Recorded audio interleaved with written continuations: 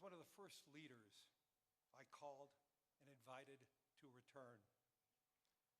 I first met the president about 25 years ago, but I worked most closely with him during the early months of COVID. This was March 2020. Markets were under extreme stress. Some economists were warning we could be headed towards a second Great Depression. What stood out to me during the extraordinary period was a president's willingness to bring together people from governments, from business, across institutions, across perspectives, to think differently, and importantly, to act decisively. That instinct to act, especially in pivotal moments, is one reason I think he values the World Economic Forum. It is a unique institution that brings together the largest combination of government officials, business leaders, technology leaders, civil society and NGO leaders, anywhere in the world for a genuine dialogue, and particularly, importantly, this year. Thankfully, this group is meeting under better economic circumstances than during the pandemic, but once again, we're facing very serious different economic conditions around the world. One of the central challenges that is impacting me is how capitalism can benefit more, and how can we broaden our global economy for greater and greater participation. That is a question where the president has shown real leadership through investing in infrastructure, reducing barriers to growth, and initiatives like the Trump account, designed to give more Americans a direct stake in the growth of the U.S. economy. As he enters the second year of his second term, we are interested in hearing his plans for 2026 and beyond, and will no doubt create more and more conversation. And that's what the forum is about, a serious conversation in the spirit of dialogue. Discussions where the world is headed, where are we going, and these discussions would be incomplete without the President of the United States, the most important leader in the world. We appreciate him here, so let me introduce and welcome back to Davos the President of the United States, Donald J. Trump.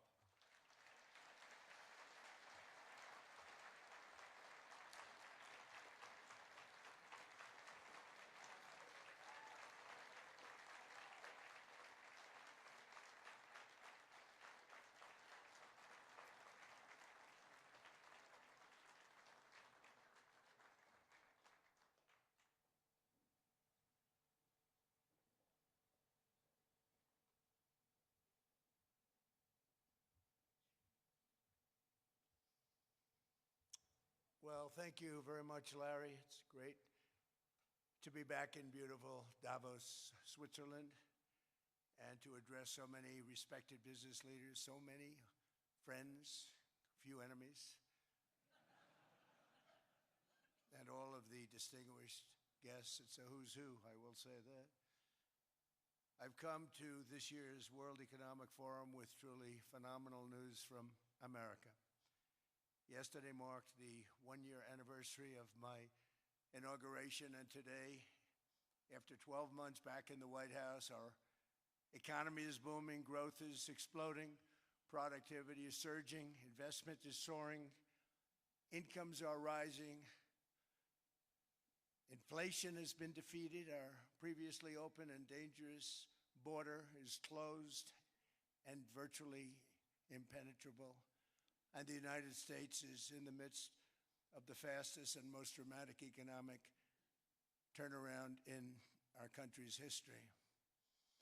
Under the Biden administration, America was plagued by the nightmare of stagflation, meaning low growth and high inflation, a recipe for misery, failure, and decline.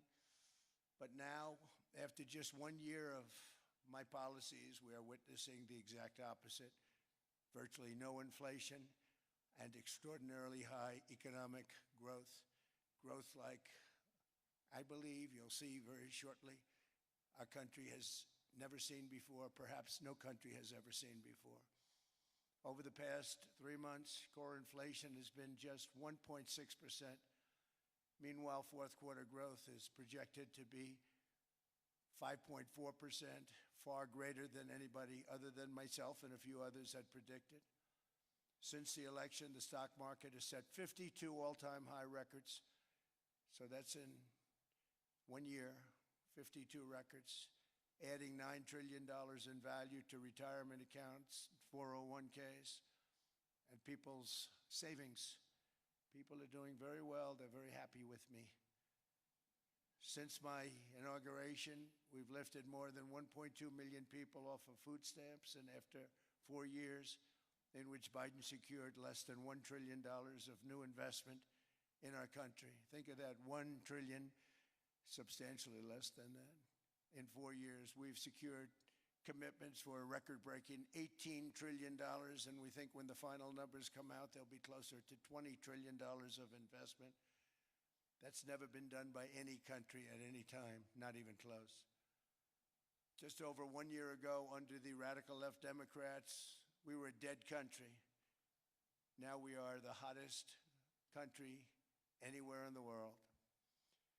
In fact, the United States economy is on pace to grow at double the rate that was projected by the IMF just last April. And with my growth and tariff policies, it should be much higher. I really believe we can be much higher than that. And this is all great news, and it's great for all nations. The USA is the economic engine on the planet, and when America booms, the entire world booms. It's been the history. When it goes bad, it goes bad. You all follow us down, and you follow us up, and we're at a point that I don't believe we've ever been. I never thought we could do it this quickly. My biggest surprise is I thought it would take more than a year, maybe like a year and 1 month. It's happened very quickly. This afternoon, I want to discuss how we have achieved this economic miracle, how we intend to raise living standards for our citizens to levels never seen before, and perhaps how you too and the places where you come from can do much better by following what we're doing, because certain places in Europe are not even recognizable, frankly, anymore. They're not recognizable. And we can argue about it, but there's no argument. Friends come back from different places. I don't want to insult anybody and say I don't recognize it. And that's in a very negative way.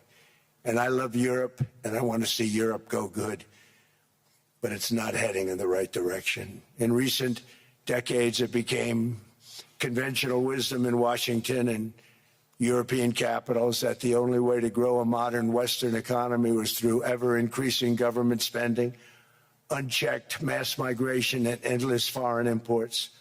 The consensus was that so-called dirty jobs and heavy industry should be sent elsewhere, that affordable energy should be replaced by the Green New scam, and that countries could be propped up by importing new and entirely different populations from faraway lands.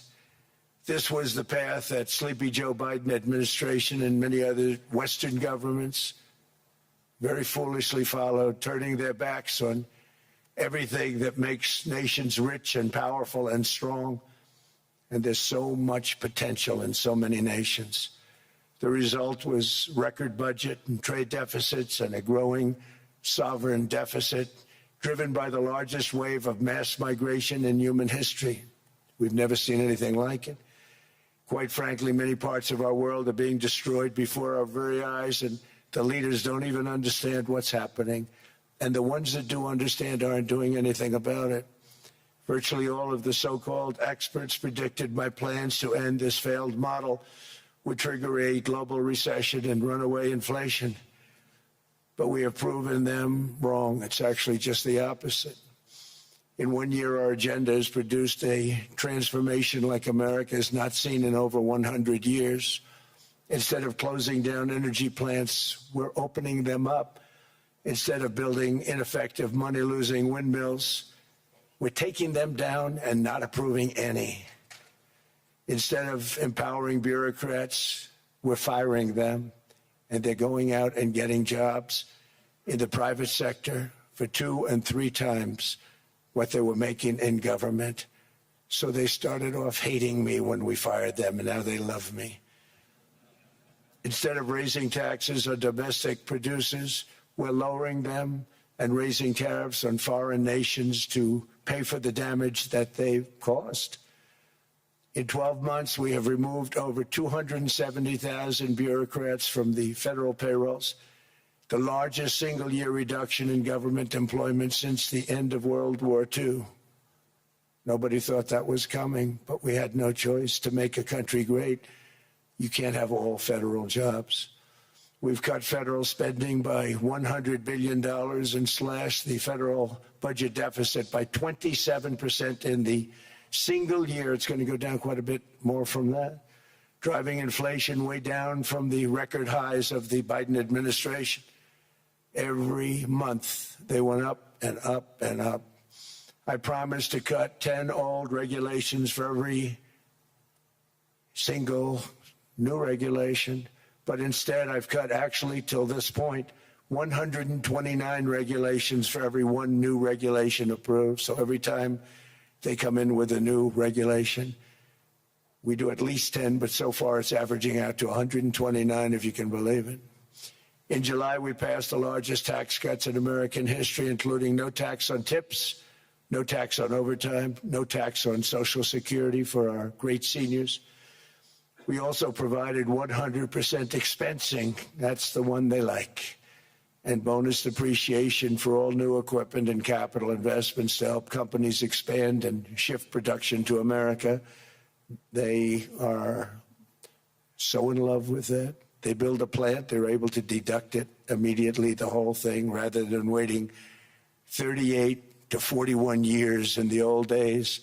This is a miracle taking place. Nobody thought it would ever be done by any country, but it's done by us. It was what made my first term the most successful 4-year term that we've ever had from a financial standpoint. And now we've upped it. This is a 10-year program, not a 1-year program, but you're allowed to deduct everything in 1 year. It used to be 38 to 41 years.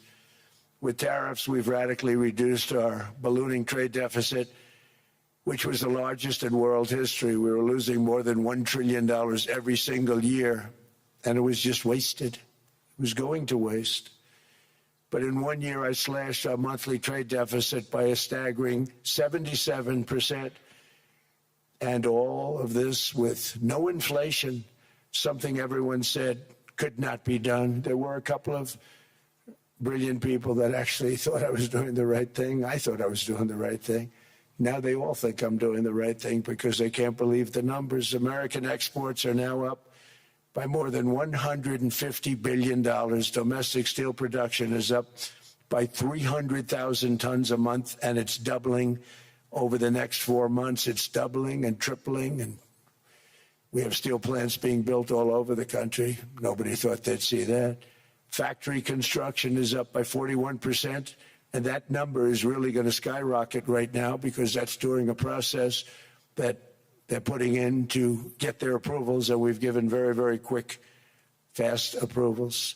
In the process, we've made historic trade deals with partners covering 40% of all U.S.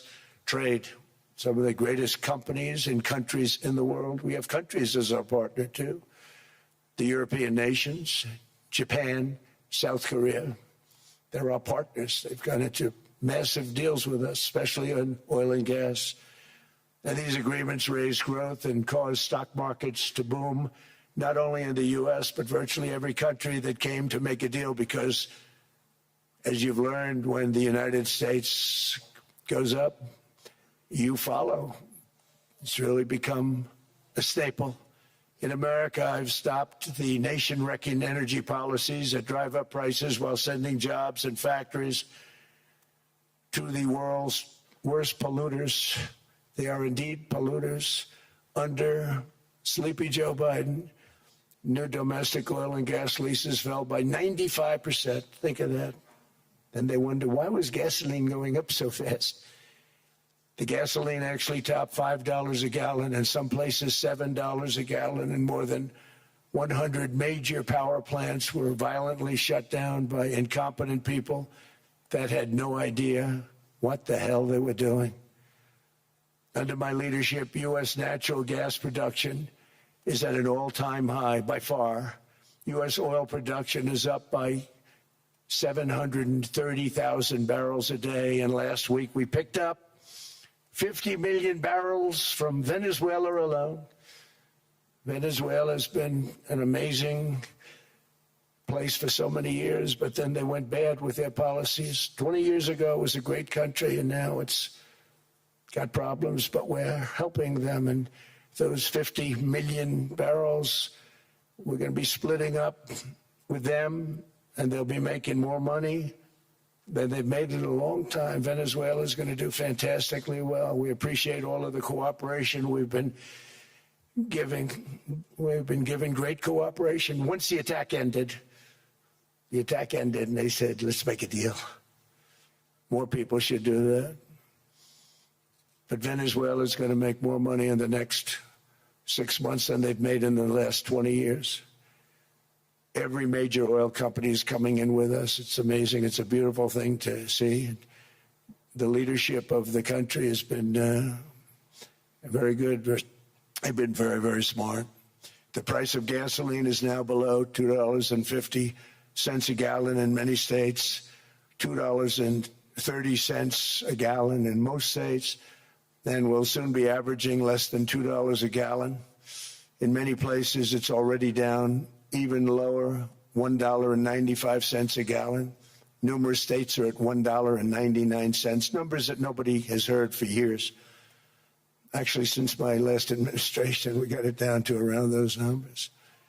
I've signed an order directing an approval of many new nuclear reactors. We're going heavy into nuclear. I was not a big fan because I didn't like the risk, the danger. But they have the progress they've made with nuclear is unbelievable, and the safety progress they've made is incredible. We're very much into the world of nuclear energy, and we can have it now at good prices and very, very safe. And we're leading the world in AI by a lot.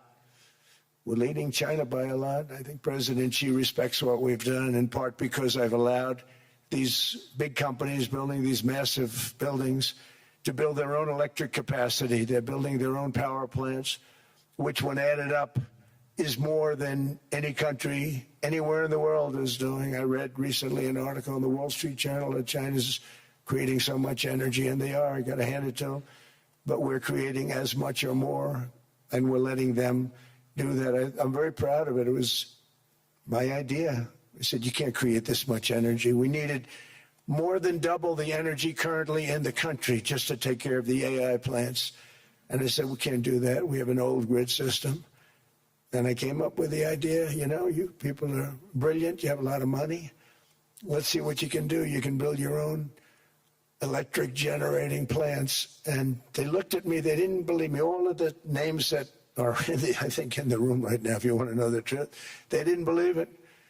And I said, no, you can't. They came back 2 weeks and they didn't have the plant. They said, we thought you were kidding. I said, no, not only am I not kidding, you're going to have your approvals within 2 weeks.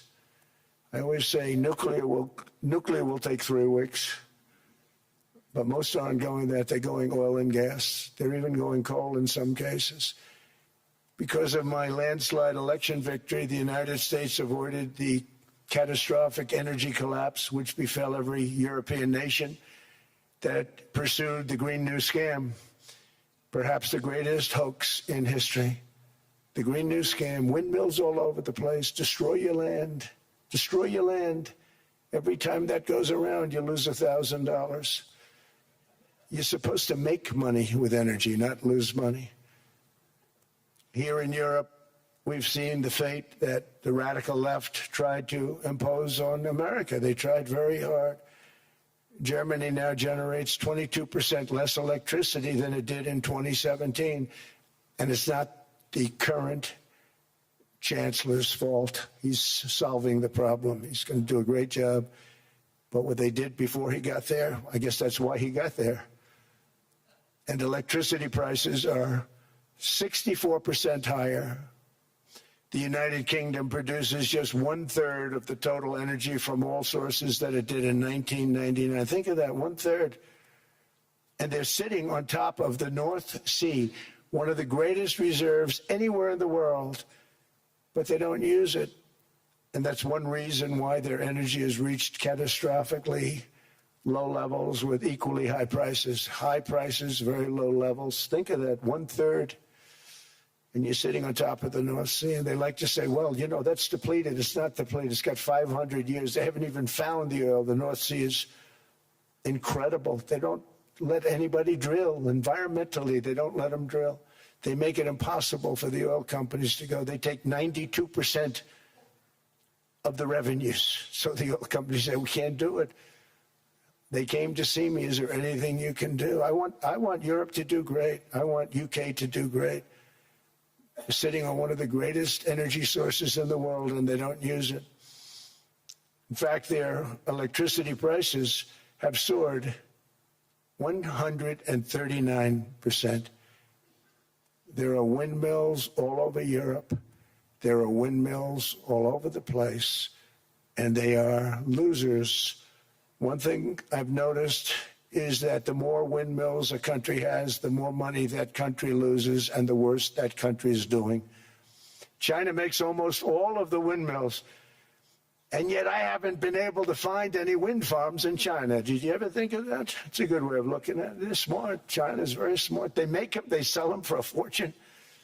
They sell them to the stupid people that buy them, but they don't use them themselves. They put up a couple of big wind farms, but they don't use them. They just put them up to show people what they could look like. They don't spin. They don't do anything. They use a thing called coal, mostly. But China goes with the coal. They go with oil and gas. They're starting to look at nuclear a little bit, and they're doing just fine. They make a fortune selling the windmills, though, and I think really that's one that they wouldn't be surprised if it stopped. They are shocked that it continues to go. They're very friendly with me. They're shocked that people continue to buy those damn things. They killed the birds. They ruin your landscapes. Other than that, I think they're fabulous, by the way. Stupid people buy them. The consequences of such destructive policies have been stark, including lower economic growth, lower standards of living, lower birth rates, more socially disruptive migration, more vulnerability to hostile foreign adversaries, and much, much smaller militaries. The United States cares greatly about the people of Europe. We really do. I mean, look, I am derived from Europe. Scotland and Germany, 100% Scotland, my mother, 100% German, my father. And we believe deeply in the bonds we share with Europe as a civilization. I want to see it do great. That's why issues like energy, trade, immigration, and economic growth must be central concerns to anyone who wants to see a strong and united West, because Europe and those countries have to do their thing. They have to get out of the culture that they've created over the last 10 years. It's horrible what they're doing to themselves. They're destroying themselves. It's beautiful, beautiful places. We want strong allies, not seriously weakened ones. We want Europe to be strong. Ultimately, these are matters of national security, and perhaps no current issue makes the situation more clear than what's currently going on with Greenland. Would you like me to say a few words of Greenland? I was going to leave it out of the speech, but I think I would have been reviewed very negatively. I have tremendous respect for both the people of Greenland and the people of Denmark, tremendous respect. But every NATO ally has an obligation to be able to defend their own territory. And the fact is, no nation or group of nations is in any position to be able to secure Greenland other than the United States. We're a great power, much greater than people even understand. I think they found that out 2 weeks ago in Venezuela. We saw this in World War II. when Denmark fell to Germany after just 6 hours of fighting and was totally unable to defend either itself or Greenland. So the United States was then compelled, we did it, we felt an obligation to do it, to send our own forces to hold the Greenland territory, and hold it we did at great cost and expense. They didn't have a chance of getting on it, and they tried. Denmark knows that. We literally set up bases on Greenland for Denmark. We fought for Denmark. We weren't fighting for anyone else. We were fighting to save it for Denmark. Big, beautiful piece of ice. It's hard to call it land. It's a big piece of ice. But we saved Greenland and successfully prevented our enemies from gaining a foothold in our hemisphere. So we did it for ourselves also. And then after the war, which we won it big. Without us, right now you'd all be speaking German and a little Japanese, perhaps. After the war, we gave Greenland back to Denmark. How stupid were we to do that? But we did it. But we gave it back. But how ungrateful are they now? So now our country and the world face much greater risks than it did ever before because of missiles, because of nuclear, because of weapons of warfare that I can't even talk about. 2 weeks ago, they saw weapons that nobody ever heard of. They weren't able to fire one shot at us. They said, what happened? Everything was discombobulated. They said, we've got them in our sights. Press the trigger, and nothing happened. No anti-aircraft missiles went up. There was one that went up about 30 feet and crashed down right next to the people that sent it. They said, what the hell is going on? Those defensive systems were made by Russia and by China. So they're going to go back to the drawing boards, I guess. Greenland is a vast, almost entirely uninhabited and undeveloped territory. It's sitting undefended in a key strategic location between the United States, Russia, and China. That's exactly where it is, right smack in the middle. Wasn't important nearly when we gave it back. You know, when we gave it back, it wasn't the same as it is now. It's not important for any other reason, you know. Everyone talks about the minerals. There's so many places. There's no rare earth. No such thing as rare earth. There's rare processing. But there's so much rare earth. And to get to this rare earth, you got to go through hundreds of feet of ice. That's not the reason we need it. We need it for strategic national security and international security. This enormous unsecured island is actually part of North America on the northern frontier of the Western Hemisphere. That's our territory. It is therefore a core national security interest of the United States of America. And in fact, it's been our policy for hundreds of years to prevent outside threats from entering our hemisphere, and we've done it very successfully. We've never been stronger than we are now. That's why American presidents have sought to purchase Greenland for nearly 2 centuries. You know, for 2 centuries they've been trying to do it. They should have kept it after World War II, but they had a different president. That's all right. People think differently. Much more necessary now than it was at that time, however. In 2019, Denmark said that they would spend over $200 million to strengthen Greenland's defenses. But as you know, they spent less than 1% of that amount. 1%. There's no sign of Denmark there. And I say that with great respect for Denmark, whose people I love, whose leaders are very good. It's the United States alone that can protect this giant mass of land, this giant piece of ice, develop it and improve it and make it so that it's good for Europe and safe for Europe and good for us. And that's the reason I'm seeking immediate negotiations to once again discuss the acquisition of Greenland by the United States, just as we have acquired many other territories throughout our history, as many of the European nations have. They've acquired, there's nothing wrong with it. Many of them, some went in reverse, actually, if you look. Some had great, vast wealth, great vast lands all over the world. They went in reverse. They're stuck back where they started. That happens too. But some grow. But this would not be a threat to NATO. This would greatly enhance the security of the entire alliance, the NATO alliance. The United States is treated very unfairly by NATO. I want to tell you that. And when you think about it, nobody can dispute it. We give so much and we get so little in return. And I've been a critic of NATO for many years. And yet I've done more to help NATO than any other president by far, than any other person. You wouldn't have NATO if I didn't get involved in my first term. The war with Ukraine is an example. We are thousands of miles away, separated by a giant ocean. It's a war that should have never started, and it wouldn't have started if the 2020 U.S. presidential election weren't rigged. It was a rigged election. Everybody now knows that. They found out. People will soon be prosecuted for what they did. It's probably breaking news, but it should be. It was a rigged election. Can't have rigged elections. You need strong borders, strong elections, and ideally a good press. I always say it. Strong borders, strong elections, free, fair elections, and a fair media. The media is terrible. It's very crooked. It's very biased, terrible. But someday it'll straighten out because it's losing all credibility. Think of it. When I went in a landslide, a giant landslide, won all 7 swing states, won the popular vote, won everything, and they only get negative press. That means that it has no credibility.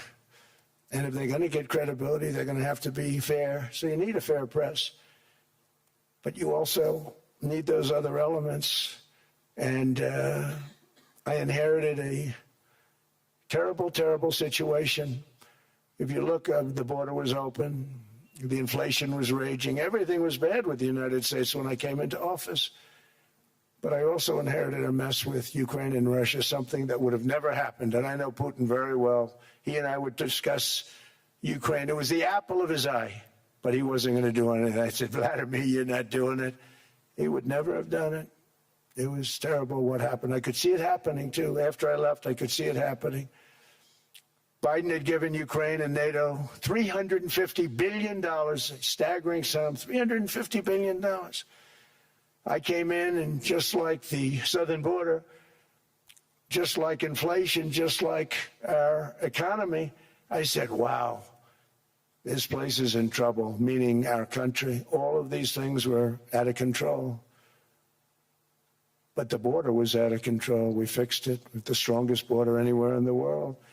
And I've now been working on this war for 1 year, during which time I settled 8 other wars. India, Pakistan. I settled other wars that were. Vladimir Putin called me, Armenia, Azerbaijan. He said, I can't believe you settled that one. They were going on for 35 years. I settled it in 1 day. And President Putin called me. He said, you know, I can't believe I've worked on that war for 10 years trying to settle it. I couldn't do it. I said, do me a favor, focus on settling your war. Don't worry about that one.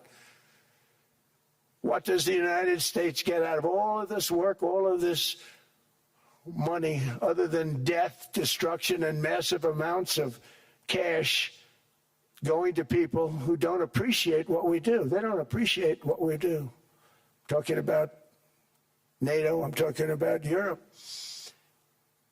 They have to work on Ukraine. We don't. The United States is very far away. We have a big, beautiful ocean separating us. We have nothing to do with it. Until I came along, NATO was only supposed to pay 2% of GDP. But they weren't paying. Most of the countries weren't paying anything. The United States was paying for virtually 100% of NATO.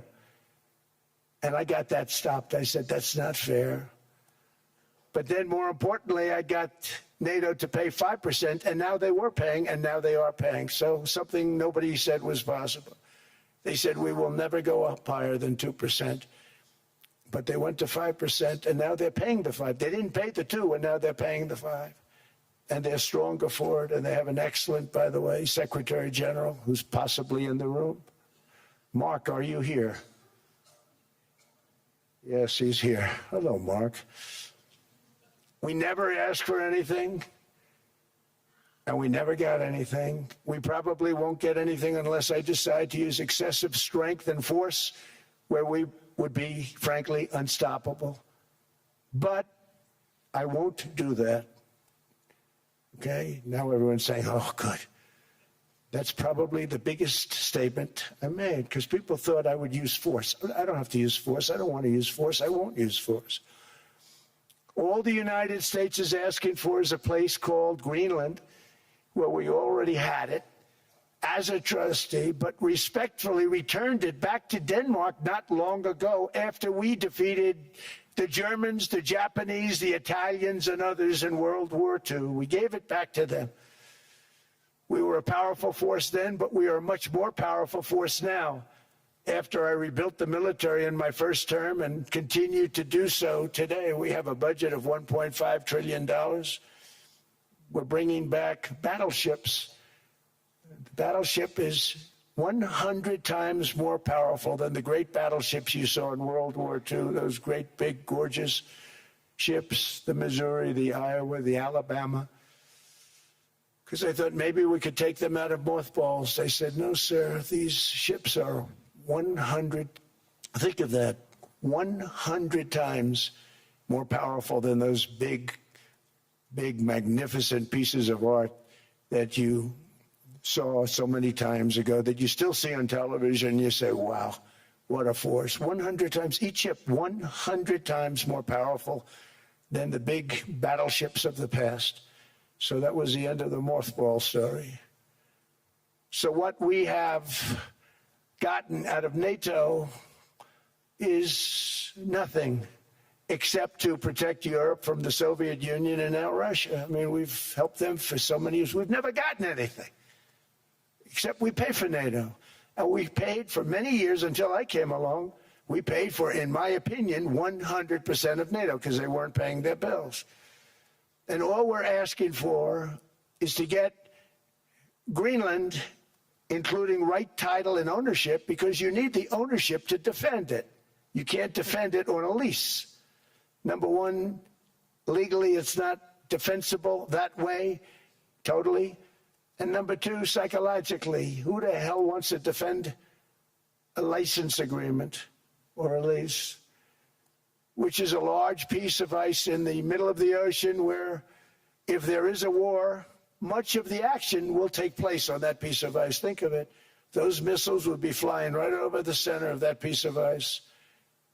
All we want from Denmark for national and international security and to keep our very energetic and dangerous potential enemies at bay is this land on which we're going to build the greatest golden dome ever built. We're building a golden dome that's going to, just by its very nature, going to be defending Canada. Canada gets a lot of freebies from us, by the way. They should be grateful also, but they're not. I watched your Prime Minister yesterday. He wasn't so grateful. But they should be grateful to us. Canada lives because of the United States. Remember that, Mark, the next time you make your statements. What we did for Israel was amazing, but that's nothing compared to what we have planned for the United States, Canada, and the rest of the world. We are going to build a dome like no other. We did it for Israel. And by the way, I told Bibi, stop taking credit for the dome. That's our technology. That's our stuff. But they had a lot of courage, and they were good fighters, and they did a good job, and we wiped out the Iran nuclear threat like nobody can believe. Nobody's ever seen anything like it. That, Venezuela, taking down Soleimani, wiping out al-Baghdadi when he tried to reinstitute ISIS. We did a lot. I did a lot of big things, all perfectly executed. Everyone was perfectly executed. Somebody told me that, a military expert told me, sir, everything you've done has been perfectly executed. I said, I know. So other presidents have spent, whether foolishly or not, trillions and trillions of dollars on NATO and gotten absolutely nothing in return. We've never asked for anything. It's always a one-way street. Now they want us to help them with Ukraine. And let me say, we're going to. I'm really helping, not even them. I want to see, last week, if you saw, it was 10,000 soldiers, but last month it was 31,000 soldiers died. 31,000, that's this room times, the number of people in this room times 30. Think of it. 30,000 soldiers died in 1 month. The month before it was 27,000. The month before that it was 28,000. The month before that it was 25,000. It's a bloodbath over there. And that's what I want to stop. It doesn't help the United States, but these are souls. These are young people. Look like you, look like some of you right in the front row. They go to war. Their parents are so proud. Oh, there he goes, comes back. 2 weeks later, they get a call, your son's head's been blown off. I want to stop it. It's a horrible war. It's the worst since World War II. They keep going. They'll exceed World War II. The numbers are staggering, how many people they've lost. They don't want to talk about it. Ukraine and Russia lost just tremendous amounts.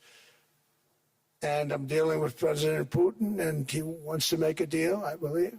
I'm dealing with President Zelensky, and I think he wants to make a deal. I'm meeting him today. He might be in the audience right now.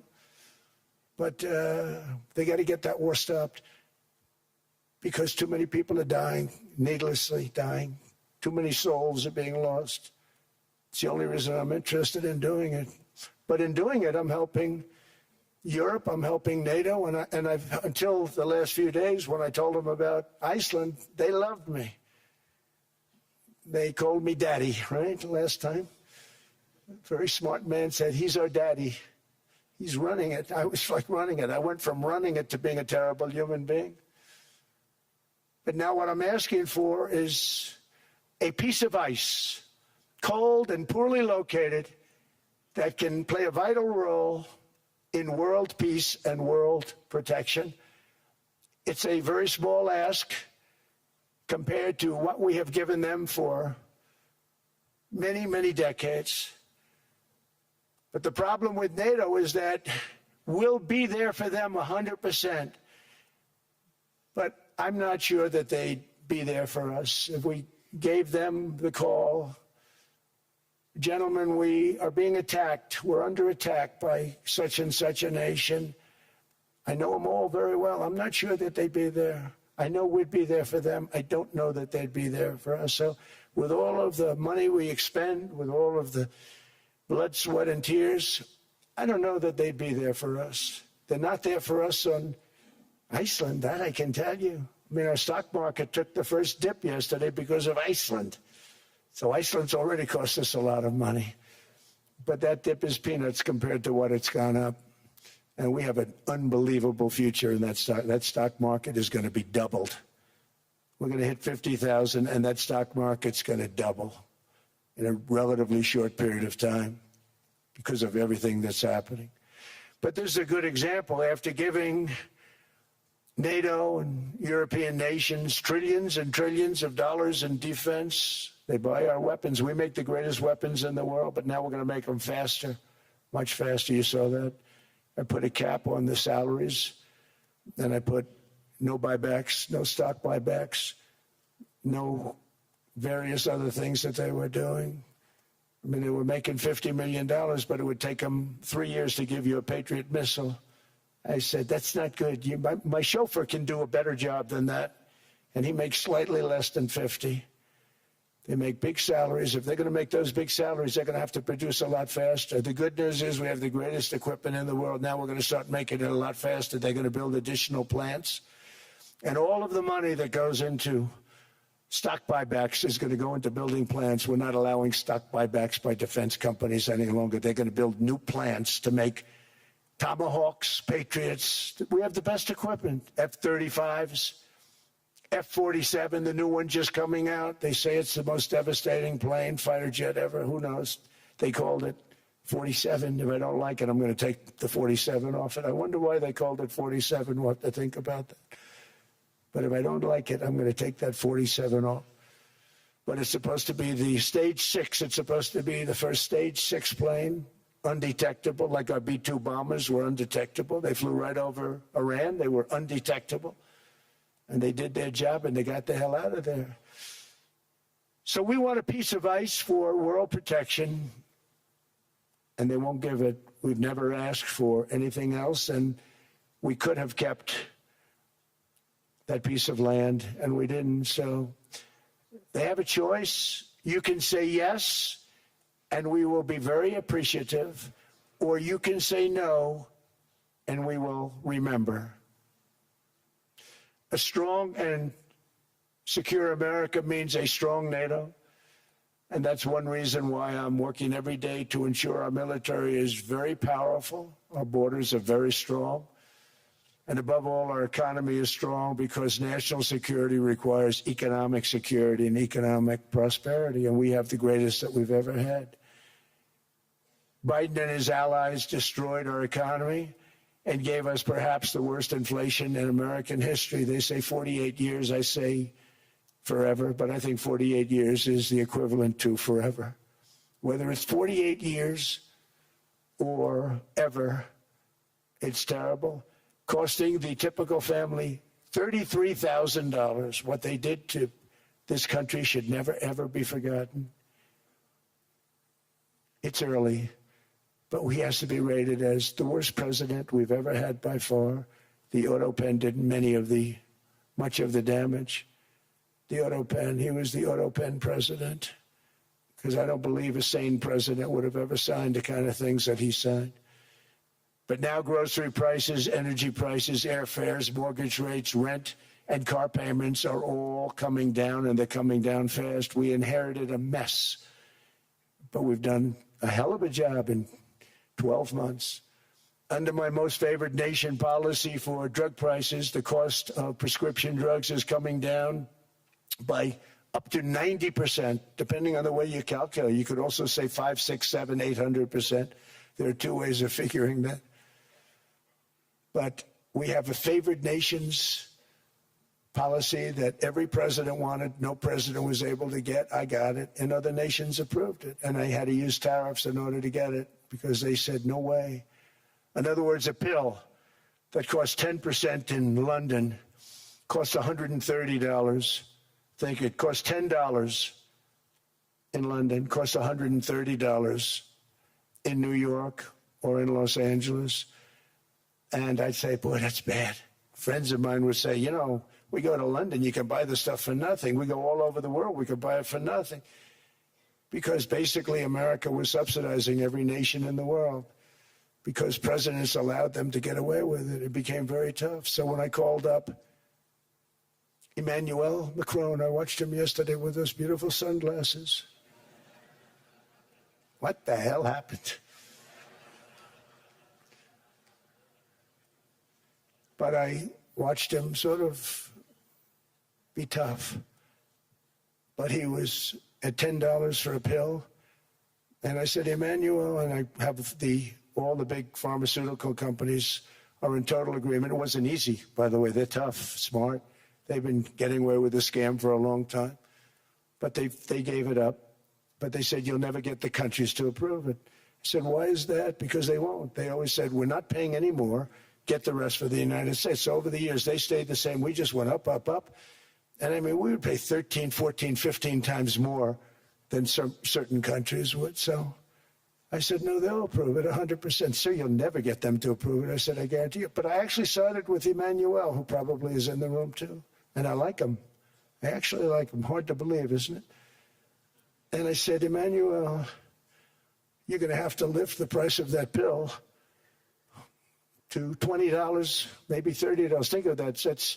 That means it's a doubling of prescription drugs. Might be a tripling, might be a quadrupling. It's not easy. No, no, no, Donald, I will not do that. I said, yes, you will, 100%. He said, no, no, no. You're asking me to double. I said, Emmanuel, you've been taking advantage of the United States for 30 years with prescription drugs. You really should do it, and you will do it. I have no doubt. In fact, I am 100% sure you're going to. No, no, no, I will not do it. Because, yes, in all fairness, he has to double or triple. Because the world being a bigger place than the United States, it's not that you meet in the middle. You just have to go up some, and we come down a lot. They go up a little, we come down a lot. So we're at $130, they're at 10. So they may have to go to 20 or 30. No more than that. I said, Emmanuel, you're going to be doubling or tripling? No, no, no. I said, here's the story, Emmanuel. The answer is you're going to do it, you're going to do it fast. And if you don't, I'm putting a 25% tariff on everything that you sell into the United States and a 100% tariff on your wines and champagnes. And that's about 10 times more than what I'm requesting.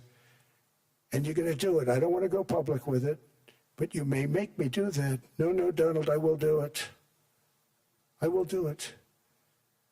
It took me, on average, 3 minutes a country, saying the same thing. You will do it. They all said, no, no, no, I will not do it. You're asking me to double the cost of prescription. I said, that's right, because you've been screwing us for 30 years. And they said, we will not do it. I said, that's all right. On Monday morning, we're putting a 25, 30, 50. I gave different numbers for different countries. This is also national security we're talking about.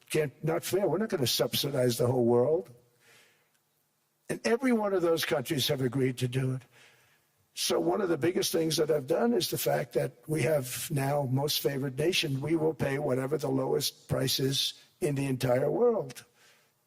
So our drug prices are going to be coming down by staggering 90%. Again, you could say 1,000%, 2,000%.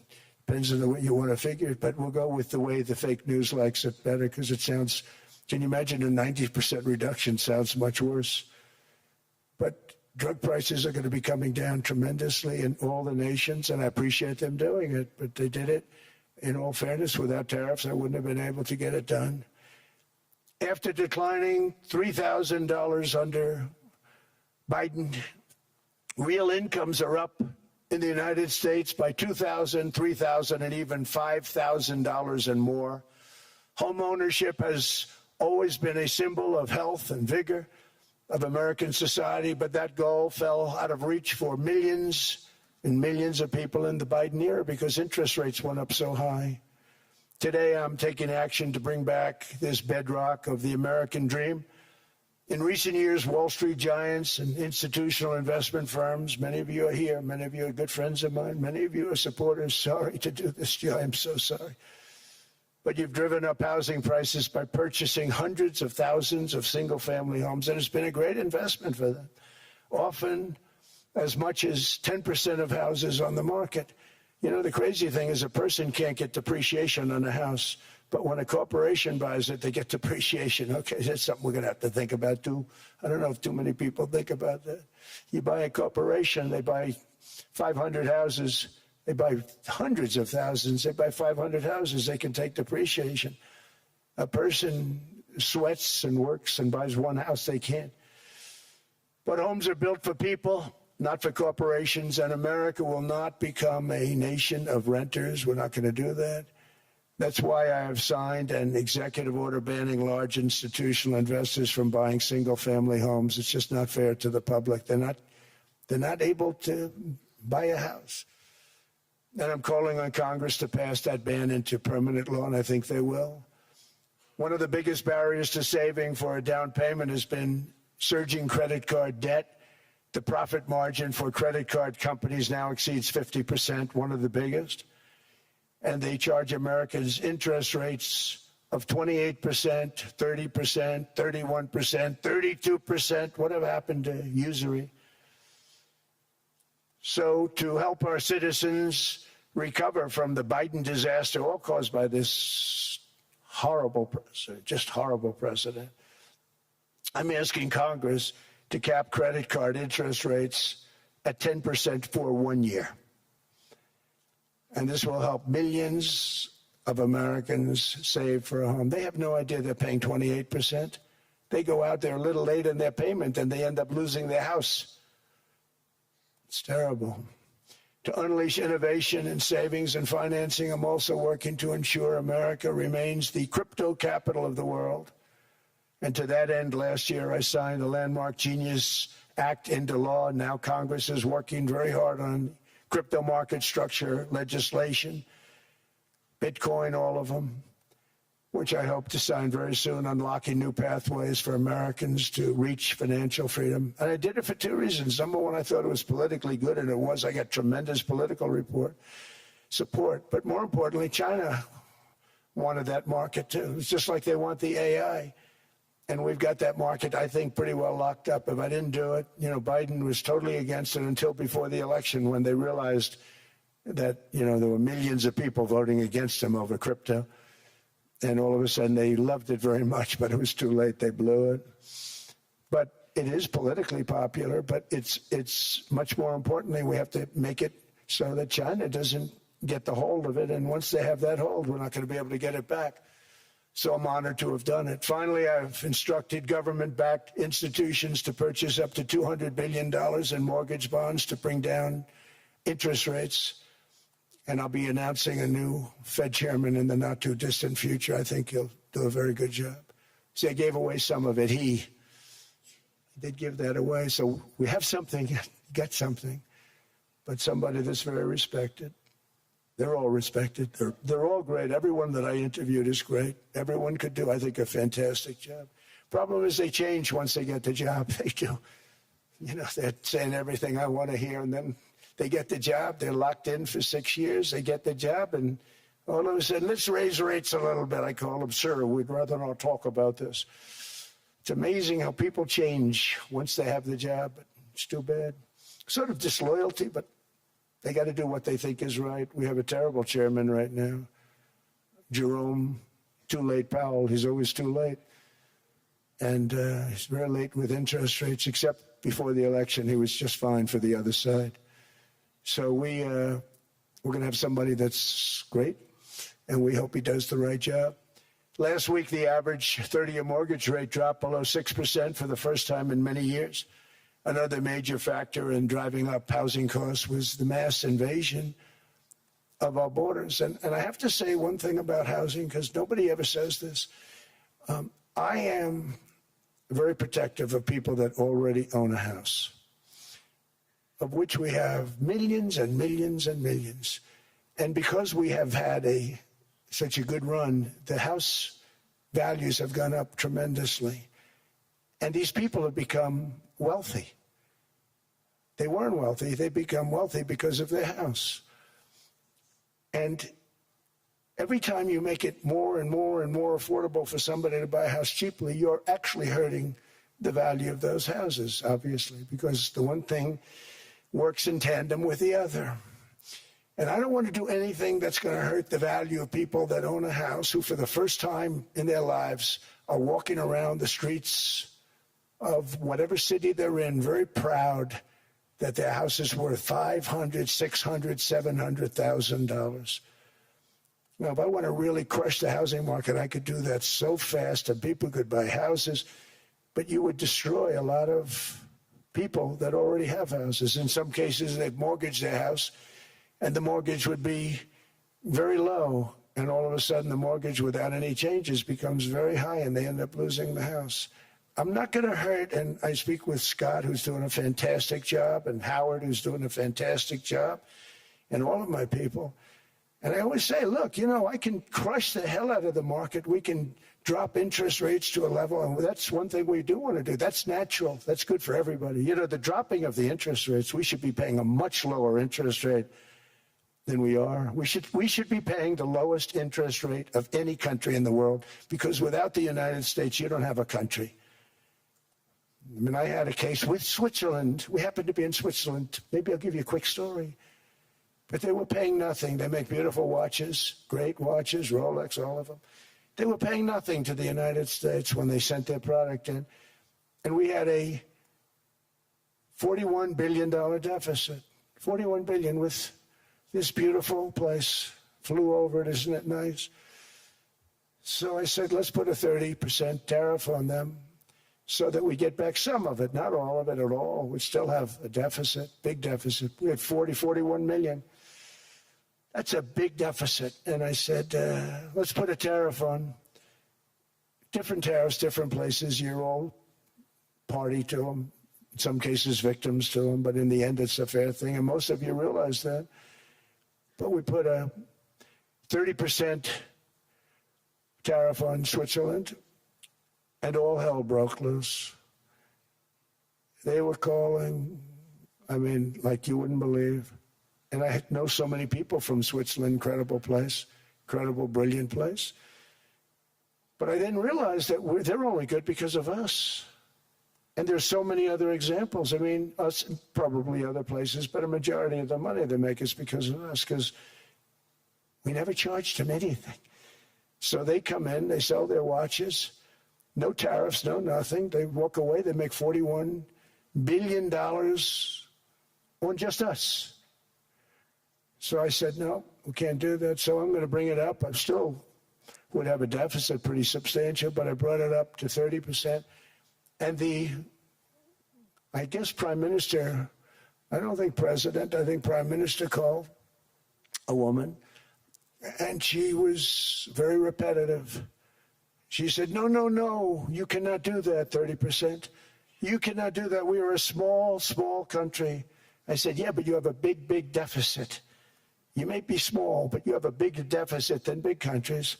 He said, no, please, you cannot do it. Kept saying the same thing over and over. We are a small country. I said, but you're a big country in terms of... And she just rubbed me the wrong way, I'll be honest with you. And I said, all right, thank you, ma'am, appreciate it. Do not do this. Thank you very much, ma'am. And I made it 39%. And then all hell really broke out. And I was paid visits by everybody. Rolex came to see me. They all came to see me. But I realized, and I reduced it, because I don't want to hurt people. I don't want to hurt them. And we brought it down to a, lower level. Doesn't mean it's not going up. But we brought it down to a lower level.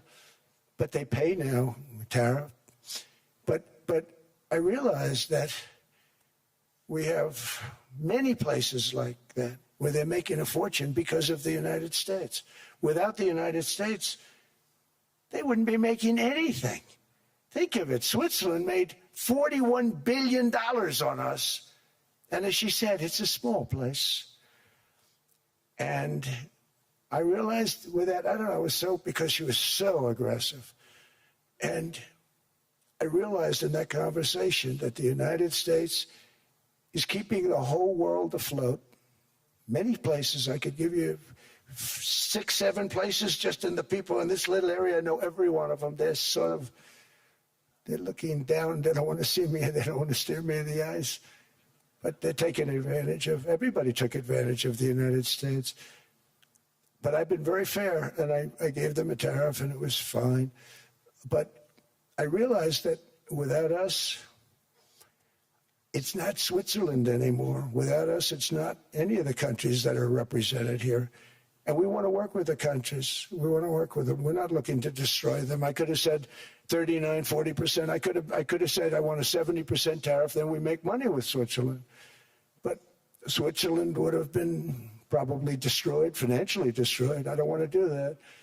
But we should be paying the lowest interest rate of everybody. I hope Scott's listening to this, because we should be paying the lowest interest rate of everybody. Without us, most of the countries don't even work. And then you have the protection factor. Without our military, which is the greatest in the world by far, without our military, you have threats that you wouldn't believe. You don't have threats because of us, and that's because of NATO. One other thing, and I have to say it so importantly, in the old days, and I used to say I'm the youngest in the room. Now I'm among the older. I hate to say it.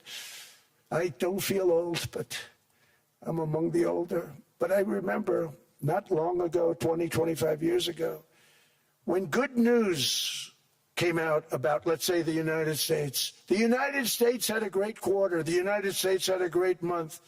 All the stocks went up. And that's the way it's supposed to be.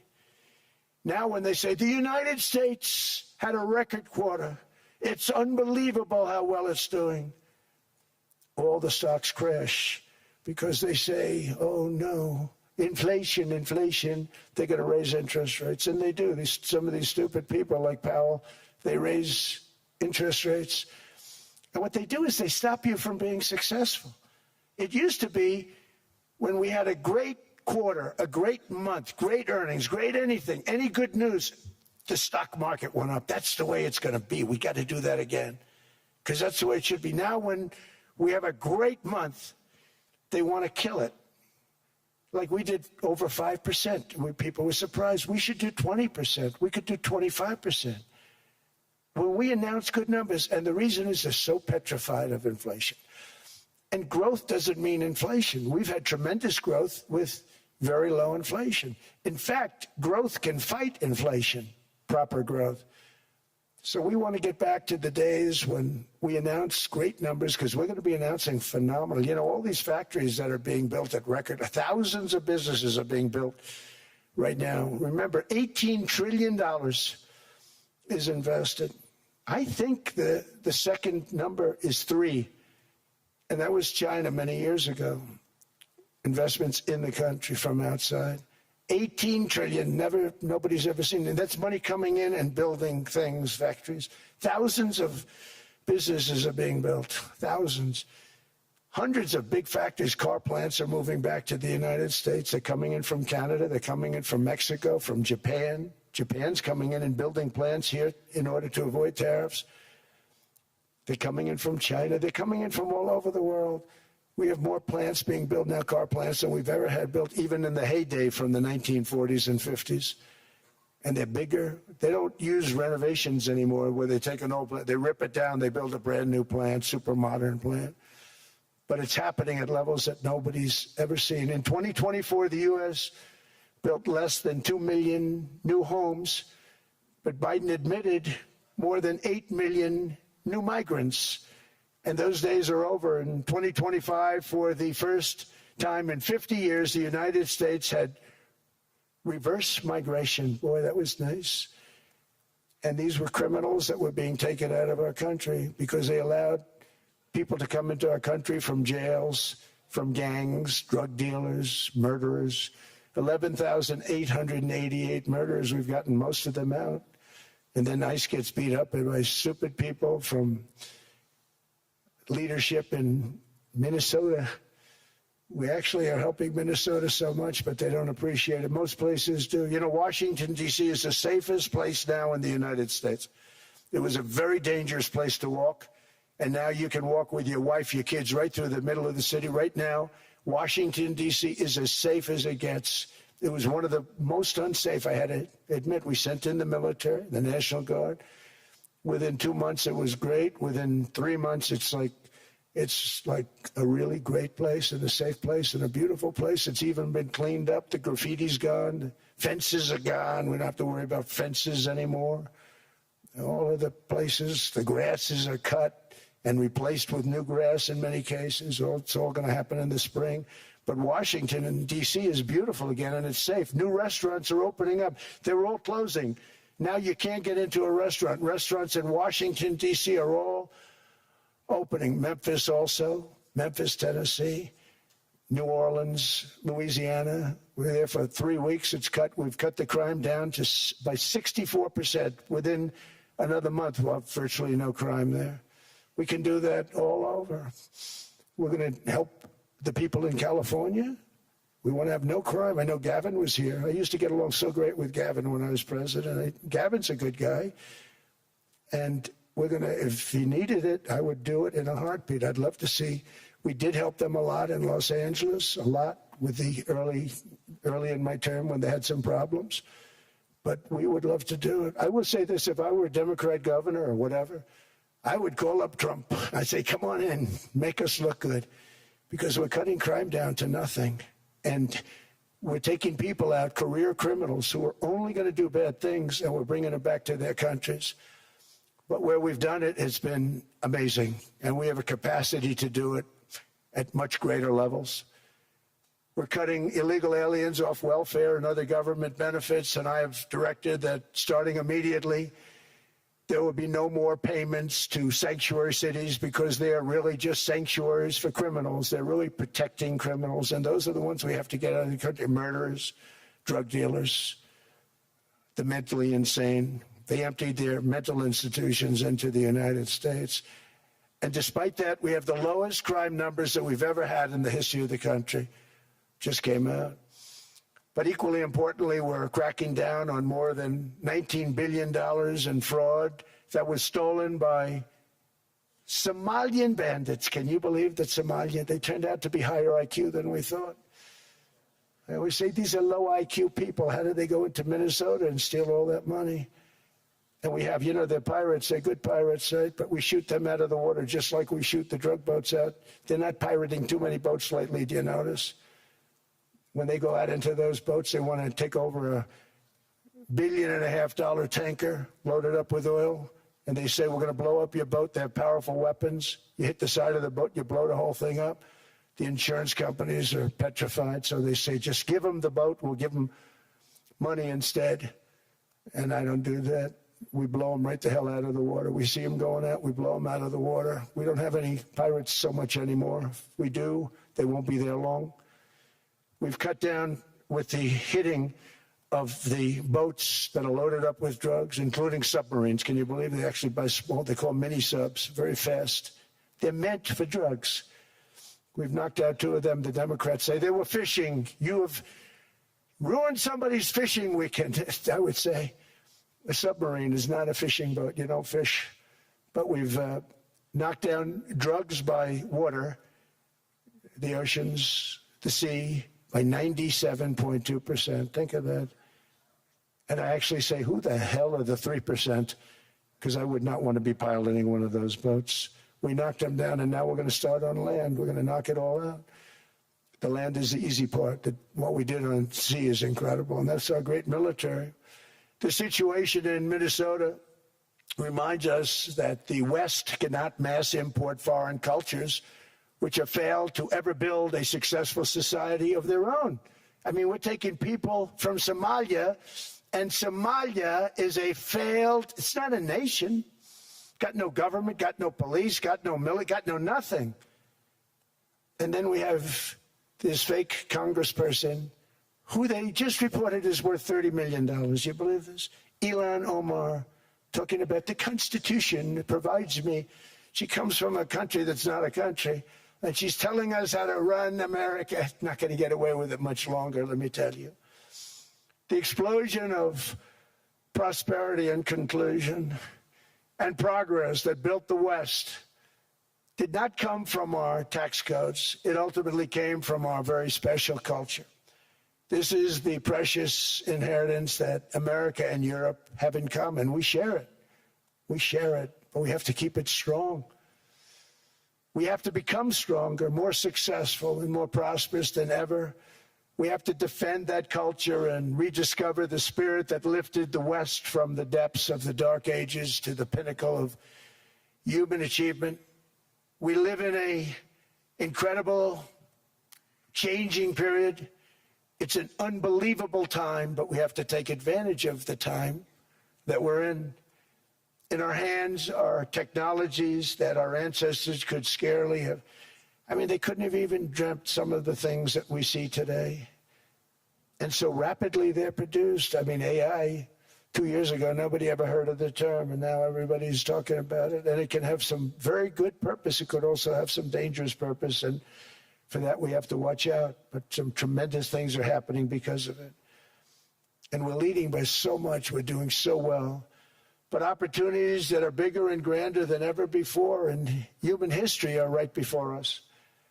It is the pioneers in this room. Many of you in this room are true pioneers. You're two truly brilliant people. Just your ability to get a ticket is brilliant because you have about 50 people for every seat. I don't know what. That's Larry. Everything Larry touches turns to gold. He made this very successful.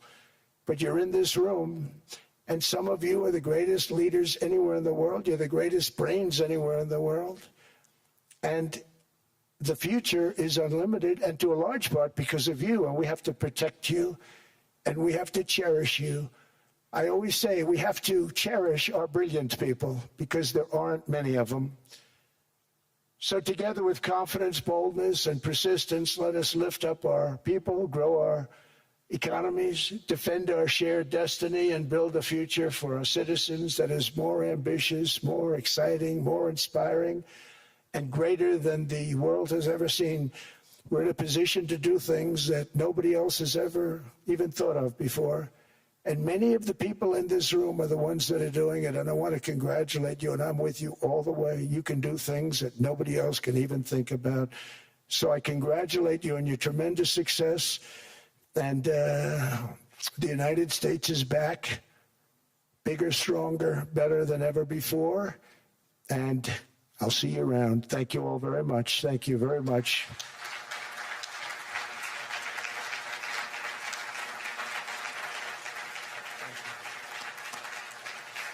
Thank you.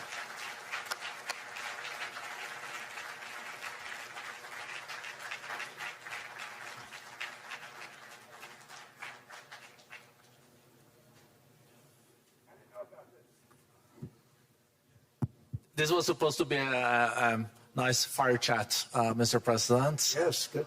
I got set up now.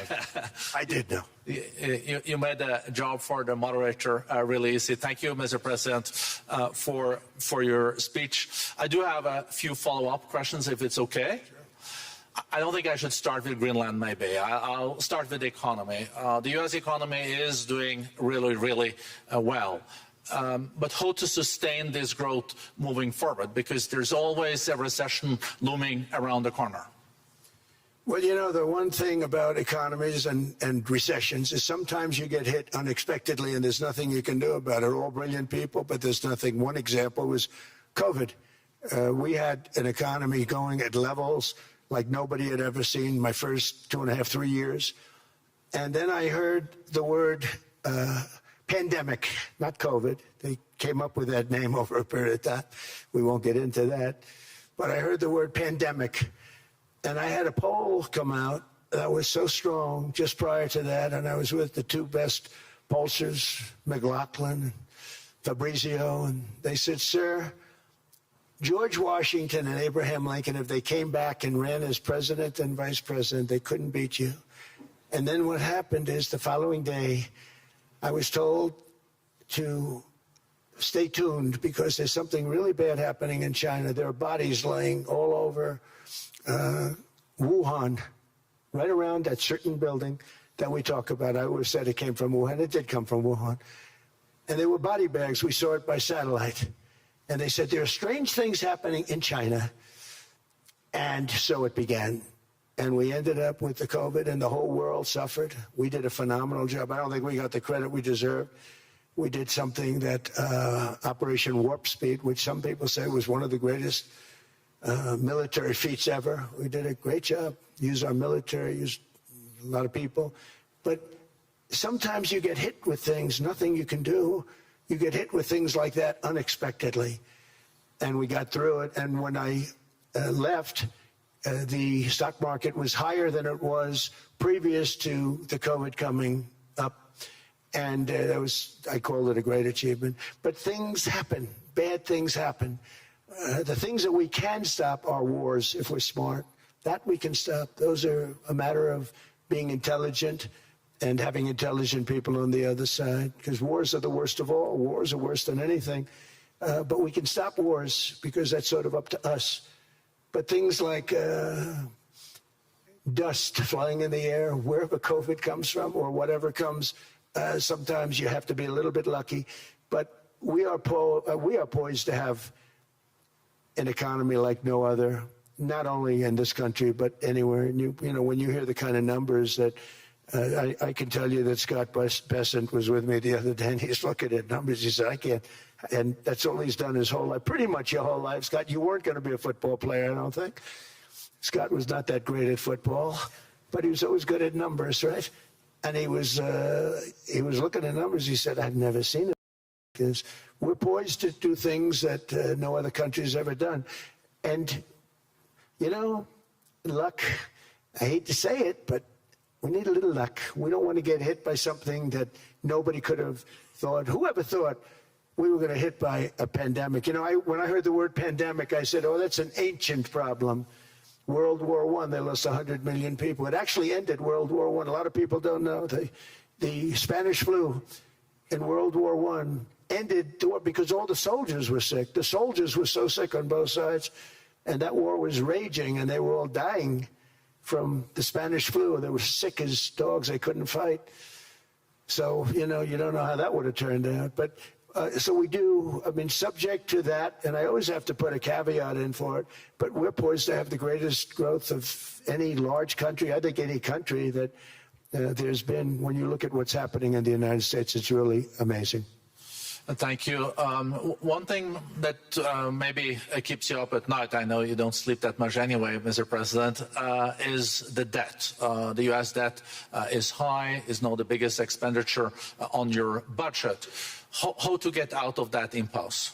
Well, the big thing is growth. Growth is the way. If we grow like this, we go from having at $37 trillion, we go from having high debt to low debt. But we also are cutting expenses, the old-fashioned way.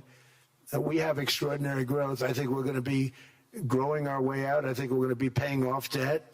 We're taking in tremendous money from tariffs fairly. And again, I'm using them judiciously. Switzerland's a case study. I could have gotten much more. I could have asked for much more. But we're using them judiciously. But I think growth, most importantly, and then cutting costs. Now, if you take a look at Minnesota, $19 billion in fraud and other things. People going to airports, they came into the country, they don't have 10 cents, and they're leaving with hundreds of thousands of cash in their bags. When we get to that, and our DOJ, Pam, and Todd, and all the people that work over there, and all of the people that work in here, I can tell you, Scott Bessent is working on that. It's a priority, right? You have your whole team. We're in there looking for where this money is coming from, how much it is. It could be more than $19 billion. Can you believe that? That's just one state. If we were able to cut out 50% of the fraud, 50%, and we should be able to do better than that, we would have a balanced budget without having to talk about even growth. So we have a lot of options, but we're working very hard on that. That's a big deal. It's not just the protests, the fake protests done by agitators and, professional insurrectionists. That's what they are. They're professional troublemakers. But we are looking very strong at the money, too, in Minnesota and other places. I think, Mr. President, also the $500 billion invested in artificial intelligence and the frontier technologies last year also were driving growth exponentially in the U.S. Well, AI has been a big factor. AI is massive. Mark Zuckerberg showed me a plant where he put it over a map of Manhattan, and it was basically the size of Manhattan. This is not, I said, you got to be kidding. It's a plant that was miles long, miles wide, very high. I don't think it was high like the Empire State Building, but it was high. And it literally covered most of the island of Manhattan. That's called a big plant. And, when I heard they're going to spend $50 billion building it, I said, if you spend $50 million, you can build a nice little shopping center. If you spend $500 million, you can build a good shopping center. But how do you spend $50 billion? When I looked at this thing, I said, you think you'll be able to do it for that? It's amazing when, some of the plants that I see, and I see them all. And again, so big as we're letting them build their own electric generation. This way we have no problem. And otherwise they'd be complaining. There'd be nobody able to, but we have an old grid system. And not only that, they're going to sell at a very cheap price the excess electricity that they create back into our grid. So that'll solve some problems for certain states that don't have enough electricity. We also know that on the AI, there is fierce competition between the U.S. as the largest economy in the world, 27% of the global GDP and 5% of the global population, not doing that badly, and China. And we know that competition is very tough on AI. I know you're heading to a state visit to China in April. How do you see the U.S.-China relationship moving forward? Are you able to combine this tough competition with also collaboration? So I've always had a very good relationship with President Xi and with President Putin. Talk about, the larger powers. But I've always had a very good relationship with President Xi of China. He's an incredible man. What he's done is amazing. He's highly respected by everybody. And I do now. I mean, now I have good. It was very severely interrupted by COVID. I used to call it the China virus, but he said, "Do you think you could use a different name?" And I decided to do that because why should we have a problem over that? But I would do that, and they were You're a true diplomat, huh? I became a diplomat for the first time. Well, you know who taught me that? Marco Rubio. He said, "Let me teach you about diplomacy." Hey, any guy that gets approved by 100% of the votes, think of it, he got liberal Democrats and radical right Republicans to approve him. He's the only one. The next one was like lost 45 votes, right? But he got all 100 votes voting for him. And at first I wasn't happy about it. I said, wait a minute, I don't like that. And now it turns out that the Democrats probably wish they didn't do that. And Marco has been fantastic. Marco, stand up, please. You have done a great job as Secretary of State. He's going to go down as the best Secretary of State. And Scott, and we have Susie, who's the first female Chief of Staff, and she's the best Chief of Staff, too. And I see Howard Lutnick, who I know spoke, and Howard's fantastic. Some of the deals we're doing are great. And I want to pay particular attention because we have Chris. And Chris, you got up and spoke, I think. He's the #1 oil man in the world because I was going to put Doug Burgum, who's fantastic. I don't know if Doug's here. Is Doug here? Doug Burgum is fantastic. He said, "Sir, there's one man better than me." And he introduced me to Chris. And he turns out to be. So we're drilling more oil and gas now than we ever have by almost double. Is that right, Chris? And on top of it, we got a lot coming out of Venezuela. So anyway, so we're doing great. The country is just doing great. We have great people. Thank you. And I see other people. We have Steve Witkoff. We have Jared. I got so many people. I'm in trouble because when I go back, they're going to be people with long faces. Sir, you didn't introduce me. I got so many people. And we have a lot of the greatest people anywhere in the world. I know them all. So I won't continue because we'd be here all day. Thank you, Mr. President. We also know that you're a deal maker, and then maybe coming back to Greenland and Ukraine. What kind of deal in the end do you see between the U.S. And Denmark? Because, I guess you see it now as a negotiation going on, or? Well, it's costing Denmark hundreds of millions a year to run it. And Denmark's a small country and wonderful people. But, it's very expensive. It's a very big piece of ice. And it's very important. I mean, I don't want to repeat the speech, but it's very important that we use that for national and international security. That can create a power that will make it impossible for the bad guys to do anything against the perceived good ones. And it's a great block for Europe, just like, Denmark was supposed to spend hundreds of millions of dollars. They didn't spend the money. They didn't spend anything almost. And we'll see what happens. I just say this. NATO has treated the United States of America very unfairly. We never asked for anything. We never got anything. We actually took care of the needs of NATO for years and years, which I felt was always unfair. So I got NATO to pay because they're rich countries. But I think it's time that NATO step up. We're helping them with Ukraine. Without us, I think Putin would have gone all the way. I think we have it. I think there could have been a World War III, if you want to know the truth. If Kamala was elected, or Joe, any one of those, those thinkers, I think you could have ended up in World War III. And I will say Steve Witkoff has been dealing incredibly with, but we're not going to have World War III. We want to get it stopped, but we're not going to have World War III. I think if I wasn't elected, I think that could have evolved into World War III. It was a very, very bad situation, and it still is, but it's not that kind of bad. It's bad because so many young people are being killed. How close do you think there is on an agreement on Ukraine? I had the pleasure of speaking with Steve Witkoff and Jared Kushner yesterday. I know they're working hard on it. I know that they're also traveling now. Do you see this very close or still? Well, I hate to say it. I thought that was going to be so. I settled 8 wars plus. And I thought that was going to be one of my easier ones. Not the easiest. Some I settled in a matter of hours because I'm good at that stuff. The United Nations should be doing this. I shouldn't be doing it, but it doesn't matter. It's got to get done, saving a lot of lives. We're saving millions of lives. With Ukraine, Russia, there's tremendous hatred between President Zelensky and President Putin. That's not good. That's not good for settlements. We know from dealing. There's abnormal hatred. With that being said, I think Russia wants to make a deal. I think Ukraine wants to make a deal. And we're going to try getting a deal done. We're getting, I think, Steve, I think I can say that we're reasonably close. But what happens is oftentimes we'll have a deal with Russia. Russia's set, and President Zelensky will not do it. You saw that when he was in the Oval Office. I was not happy. And then we'll have President Zelensky wants to make a deal, and Putin doesn't want to make the deal.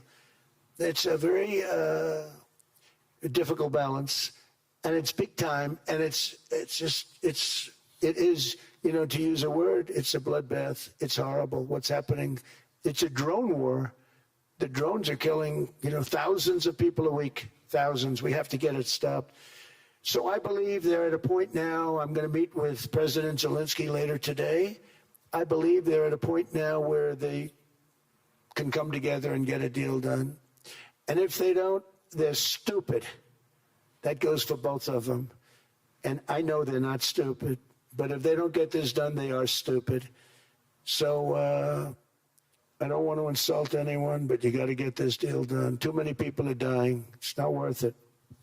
President Sisi is sitting on the first row here. He spoke earlier today and also complimented you on the Gaza deal. I think there will be a signing tomorrow. Of course, there are different views on this, but how important do you think this signing is on the Board of Peace? And do you think this is going to sustain? Do you think we now will see Gaza reconstructed and the billions of US dollars invested? I do. I mean, I think we have peace in the Middle East.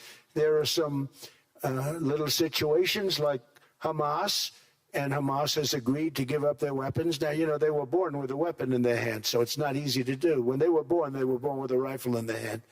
It's not an easy thing for them, but that's what they agreed to. They've got to do it.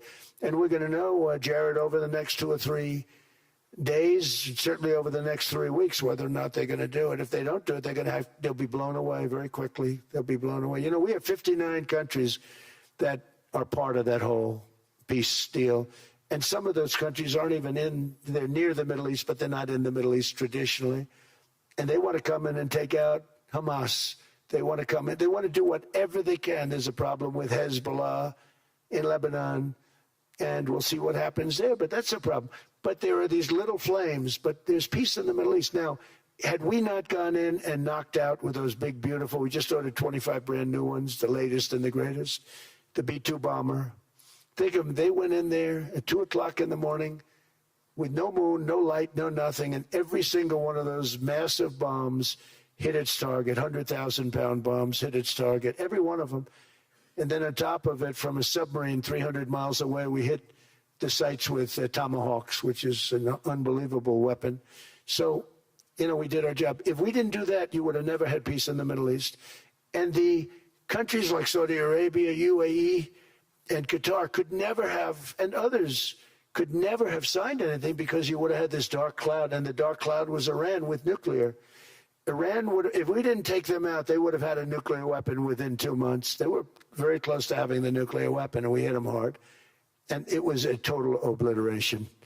If they may try again, but they're going to have to try from a different area because that area was obliterated. Incredible thing we did.